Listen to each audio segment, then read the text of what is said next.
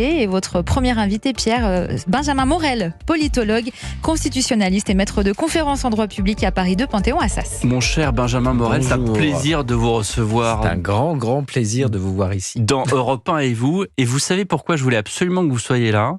Parce que ça fait 6 mois à peu près, et peut-être plus, que vous dites on aura 3 blocs centraux. On va avoir 3 blocs égaux. On va pas avoir un RN au plus haut comme certains peuvent le dire. On va pas avoir le nouveau Front populaire qui va arriver au pinacle comme certains observateurs peuvent le faire remarquer. On va avoir 3 blocs. Et bien, qu'est-ce qui s'est passé à l'issue de ce second tour? Je ne sais pas si vous êtes une sorte de devin, si vous avez une boule de cristal, mais en tout cas voilà, 193, 164, 143 avec des LR qui sont là en embuscade à 66 et qui veulent, on l'entend encore ce matin avec Bruno Retailleau, faire la différence et peut-être gonfler dans leur formation politique.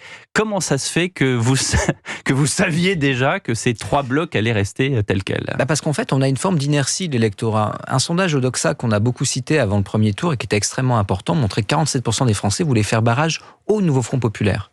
44% à Emmanuel Macron, 41% au Rassemblement national. En fait, on a 3 blocs et 3 épouvantails.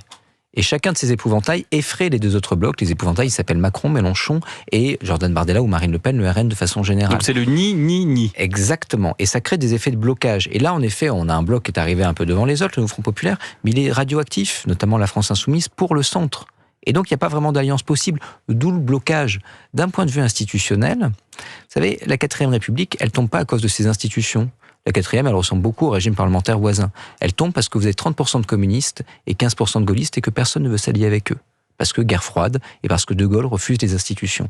Et donc, forcément, vous faites des alliances de bric et de broc et vous rentrez en crise politique. On en est aujourd'hui un peu là.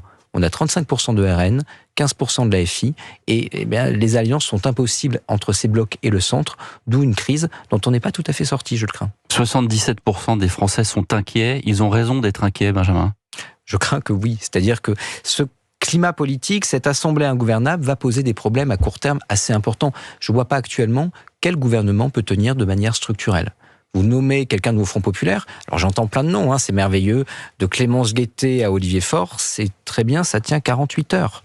Pourquoi? Parce qu'une motion de censure est présentée, il faut 48 heures pour la voter, elle est votée.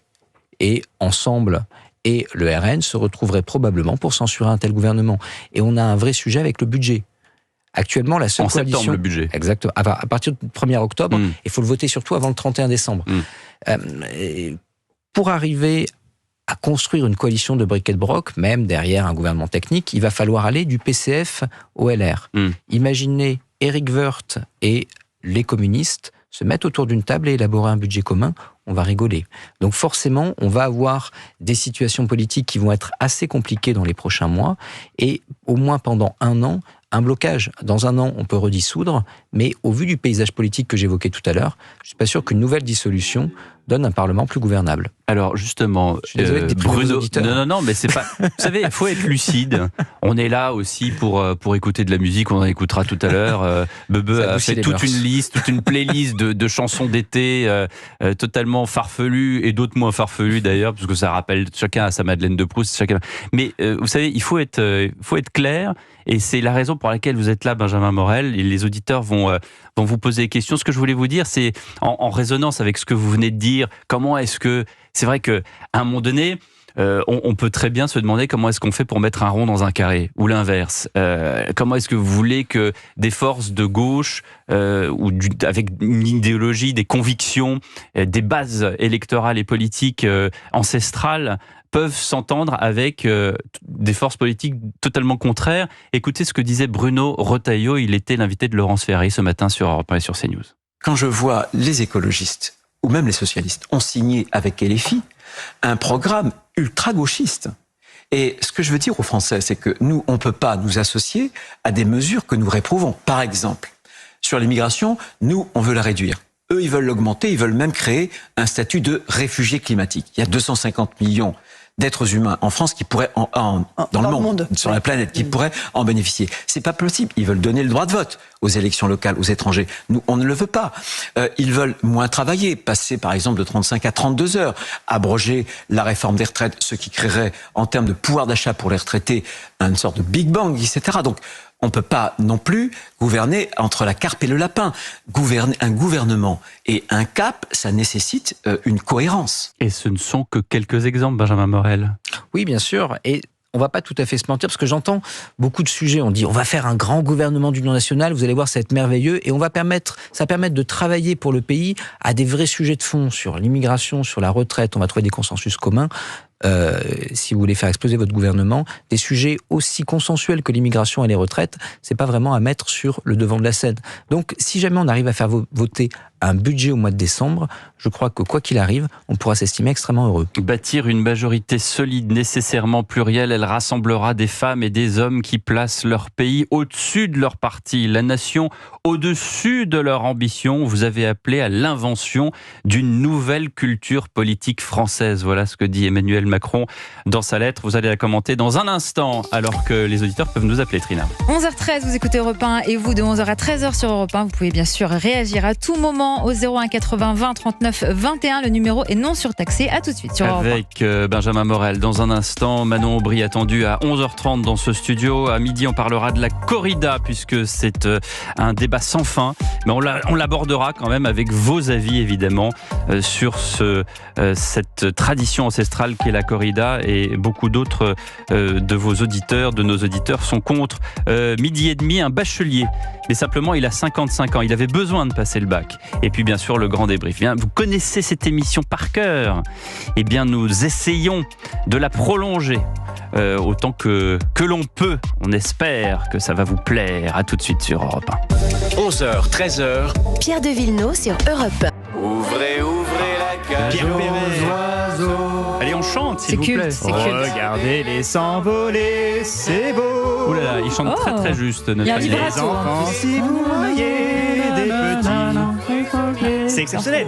Pierre Perret, messieurs, dames. Il a eu 90 ans hier, vous m'avez dit. Oui, et je salue sa femme que j'ai au téléphone qu'on a essayé d'avoir et on l'embrasse très fort. Bah oui, Pierre Perret. Mais Pierre Perret, il a voilà, cette chanson, Benjamin Morel, elle a un sens quand même avec ce qu'on était en train de se dire. Il ouvre la cage aux oiseaux, il ouvre la boîte de Pandore, notre ami Emmanuel Macron, quand il dit, je répète ce qu'il disait... comment dirais-je, Emmanuel Macron, vous avez appelé à l'invention d'une nouvelle culture politique française. Oui. En votre nom, j'en serai le garant. Alors, de quoi il parle, Emmanuel Macron? Là, Benjamin Morel, on a besoin de votre aide. Alors, il faut comprendre un petit peu ce qui se joue. Parce qu'on peut penser que nos hommes politiques sont pas rationnels. En fait, ils le sont. Mais ils sont pris dans un piège qui est un piège extrêmement complexe. Le nouveau Front populaire n'a pas gagné. Il est arrivé en tête. Et donc, son électorat pense qu'il a gagné et cherche, aujourd'hui, à gouverner. Jean-Luc Mélenchon, qu'est-ce qu'il fait dimanche soir? Il dit, nous avons gagné, c'est tout le programme, et celui qui partira faire alliance avec le centre sera un traître. Et j'en prends en témoin l'opinion de gauche. Et donc, les autres partenaires sont bloqués. On l'a dit, la seule coalition qui peut être imaginable, au moins d'un point de vue négatif, c'est-à-dire ne votant pas une motion de censure, c'est une coalition qui prend les socialistes et les écologistes, qui ne censureraient pas un gouvernement en coalition avec les centristes. Mais si jamais ils font ça, Jean-Luc Mélenchon va leur dire, vous avez trahi. Nous avions gagné et vous avez trahi. Et donc, on a des partenaires politiques qui sont pris au piège. Que fait Emmanuel Macron ici? Il essaye de... gagner du temps pour que ça pourrisse. Ouais. En fait, il dit... Mais quel est son intérêt? Mettez-vous d'accord à 289, j'attends. Et en attendant, il espère que les divisions au sein du Nouveau Front populaire permettront d'autonomiser les socialistes et les écologistes pour que demain, ça puisse rentrer dans un accord de gouvernement. C'est-à-dire que la fronde de Jean-Luc Mélenchon et des Insoumis, on verra ce qu'en pense Manon Aubry dans quelques minutes, elle sera là dans ce studio. Il pense que cette fronde va s'atténuer un peu. En fait, il y a deux stratégies. Il n'y aura plus de marche sur Matignon, il n'y aura plus de...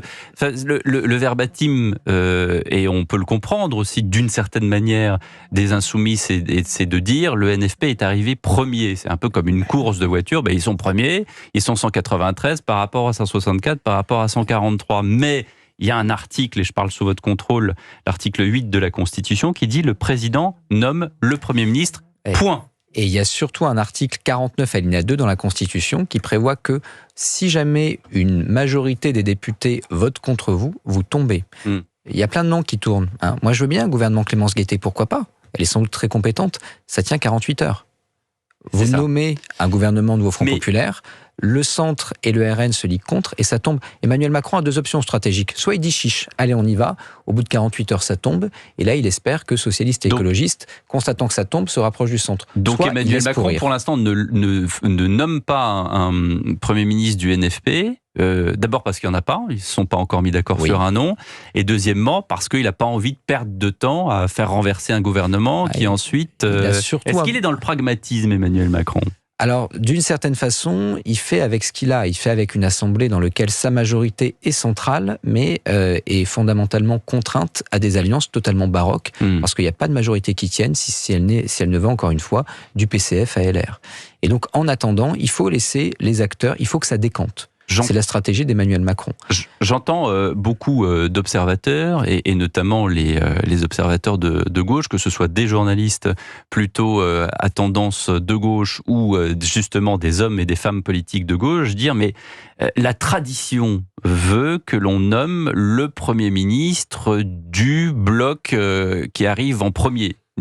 Alors c'est une tradition, c'est une coutume. On sait qu'en droit, il y a le droit, il y a le droit, et puis il y a le droit coutumier, la tradition, il y a la coutume, il y a plein de choses qui s'ajoutent à ça. Ouais, c'est ce qu'on appelle en droit une convention, c'est-à-dire que les acteurs politiques se sont accordés jusqu'à présent pour toujours faire ça, mais la convention, ça tient jusqu'au moment où les acteurs politiques ne sont plus d'accord dessus. Et la convention tient jusqu'à ce qu'elle ne tient plus, ça. Jusqu'à ce que les politiques ne sont plus obligés par la chose.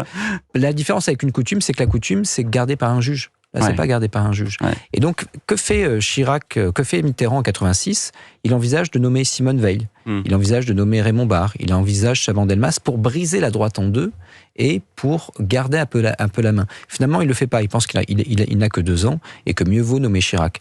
Mais ce n'était pas une obligation. Par ailleurs, il y a quand même une grande différence avec 86, 93 et 97. C'est que là, il n'y a pas de majorité absolue. Et que vous pouvez dire, OK, très bien, banco, et encore une fois, Premier ministre Nouveau Front Populaire, au bout de 48 heures, il tombe. Et là, quand Emmanuel Macron dit personne n'a gagné, il faut trouver une majorité, là, arithmétiquement, il a raison. Alors justement, ce matin, nos confrères d'RTL demandaient à Éric Dupond-Moretti combien de temps est-ce qu'on peut tenir sans gouvernement. Voilà ce que répond le garde des Sceaux. La France, elle a un gouvernement. Mais dans les autres pays, et c'est ce que je viens de vous dire, à situation exceptionnelle, solution exceptionnelle. L'Italie, par exemple, met toujours plusieurs semaines, pour ne pas dire plusieurs mois, pour constituer un gouvernement. Ce qui compte, c'est pas les postes. Ce qui compte, c'est pas les personnalités. Ce qui compte, c'est le programme. Par exemple, il faut trouver un Premier ministre avec lequel tout le monde soit d'accord. Je vais vous donner un exemple précis. Là, il y a une question de personne. Non, mais je vais vous donner un exemple précis. Non, la question du Premier ministre se pose pas pour vous. Mais qu'ils se réunissent, tous, tous les républicains, tout l'arc républicain, tout le monde sauf les extrêmes, mais qu'ils sortent avec une solution. Voilà, donc on entend bien qu'Éric Dupond-Moretti, de même que Sandrine Rousseau, qui était tout à l'heure chez Dimitri, disait voilà, maintenant il faut vraiment qu'on sorte un Premier ministre du chapeau, c'est une chose. Mais là, ce qui m'amuse et que je voudrais commenter avec vous, Benjamin Morel, dans cette déclaration du ministre de la Justice, c'est le fait que on prend pour exemple certains pays quand ça nous arrange, et surtout on dit mais attendez, vous savez, on n'a pas du tout la même coutume, on n'a pas du tout les mêmes traditions, on n'a pas le même ADN, nous les Français, donc on peut pas comparer. Là, il nous parle de l'Italie et effectivement de l'Allemagne. Quand il y a des élections en Allemagne, il y a une coalition qui se forme, mais ça dure, c'est ancestral, ça dure depuis toujours. Ça dure depuis toujours, et ça durait également sous les 4e et 3e Républiques. C'est pas un problème de culture, entre guillemets, nationale, c'est un problème de culture politique. Et les cultures politiques, elles s'adaptent aux institutions. Qu'est-ce qu'on fait dans un pays classique, un autre régime parlementaire européen? On cherche 289, votre majorité absolue. Une fois que vous les avez trouvés, eh bien, vous commencez à élaborer un programme avec eux, pas avant eux. Ensuite, vous partagez les postes au gouvernement, et ensuite vous choisissez un Premier ministre. Là, qu'est-ce qu'on fait dans tous les blocs ? Eh bien, on commence par choisir le Premier ministre, ensuite on se répartit les postes, le programme, on s'en fiche un peu, et ensuite on se rend compte que on n'en a que 190, ou on n'en a que 210 si on fait une alliance LR majorité, etc. Et donc que ça peut pas marcher. Ça ne peut pas fonctionner comme ça. Il faut d'abord commencer par établir votre coalition et ensuite vous discutez programme, poste et Premier ministre. Donc là, on a en effet une classe politique qui aujourd'hui est relativement en situation de blocage. Et cette situation de blocage, elle va mettre encore plus de temps que chez nos voisins probablement à se décanter parce que les options idéologiques des uns et des autres sont excessivement différentes et que visiblement la culture parlementaire, il faut qu'elle rentre. On va pas faire des plans sur la comète, Benjamin Morel. Vous et moi, on se connaît depuis suffisamment longtemps pour savoir qu'on n'est pas en capacité de faire ça, mais jusqu'au 18 juillet, ce qui est donc la semaine prochaine. Qu'est-ce qui se passe concrètement ?